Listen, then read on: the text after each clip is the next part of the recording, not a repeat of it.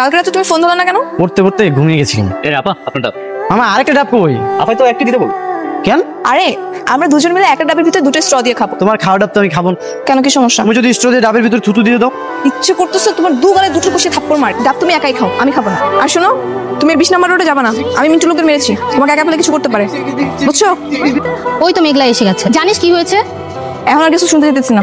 এই চলে যাও। টলে যাবে মানে? জানিসও কি করছে? শুনলে রক্ত তোর মাথায় উঠে যাবে। রক্ত এমনি মাথা উঠে আছে। কি ব্যাপার বলতো? তুই না ডেটিং এ গেলি? আরে আর কইস না, রোহান আর আমি বয়ফ্রেন্ড গার্লফ্রেন্ড না? ও আর আমি যদি একটা ডাব দুজন মিলে খাই তাহলে কি সমস্যা? কোনো সমস্যা নাই, তাহলে তো মহব্বত আরো বাড়ে। আর ও কয় আমি নাকি ডাবের মধ্যে থুতু দিব, এর লেগে আমার লাগে ডাব খাইলো না। রোহান যে হাবাগোবা, তার থেকে এর চেয়ে বেশি তুই আর কি আশা করিস? এই থামবি তোরা? যে একটু সুযোগ পাইলি আর রোহানকে নিয়ে উল্টাপাল্টা কথা বলা শুরু করে দিচ্ছে। তুই তো স্মার্ট, একটা চঞ্চল একটা মেয়ে, আর রোহান একটা বোকা শোকা ছেলে। ওর তো একটু স্মার্ট হওয়ার দরকার ছিল, তাই না? এত চালাক করলে আমার লাগবে না। এখন শুনে কথা শুনে বেশি চালাক হইলে কোনো কথা শুনবো না, উল্টা আমারে থ্রেট মারবো। আর তোরা তো জানোস আমি রোহানের কত ভালোবাসি।